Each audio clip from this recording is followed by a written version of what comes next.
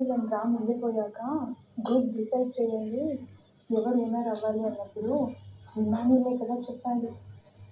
నేను ఎక్కడున్నా నేను సర్వే అవుతాను, నాకు ప్రాబ్లం లేదు, మిగతా వాళ్ళని కష్టంగా ఉండేవాళ్ళని పంపిద్దాం లోపల ఓనర్స్గా అనేసి.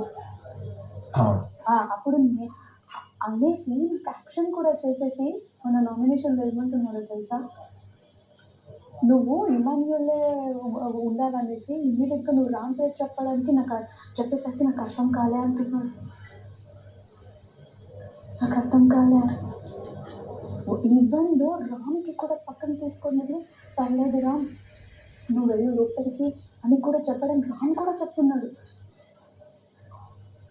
నేను ఒక స్టార్ మీద నిలబడనంట.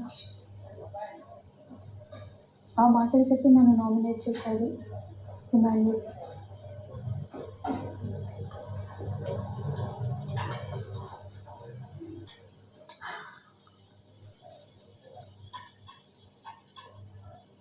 చెయ్యని నేను వద్దు అని తనే చెప్పి నేను ఇక్కడ ఉంటాను నాకు ప్రాబ్లం లేదని చెప్పి ఆయిషా విషయంలో నేను డే మొత్తం నేను ఆయనకి క్లారిటీ ఇచ్చినా కూడా వారంలో లేని క్లారిటీ నీకు ½ అవర్లో వచ్చిందా అని చెప్పేసి నామినేట్ చేయడం ఎంతవరకు కదా.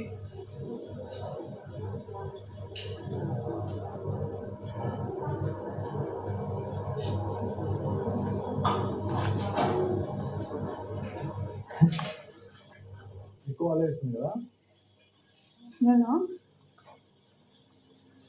అలా నేనేం ఎక్కువ ఆలోచించట్లేదు, మీతో షేర్ చేసుకుంటున్నాను.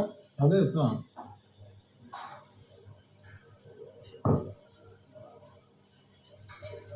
వెళ్ళేటప్పుడు చెప్పాను, వచ్చేటప్పుడు చెప్పాను, మళ్ళీ వెళ్ళేటప్పుడు కూడా చెప్పాను. అసలు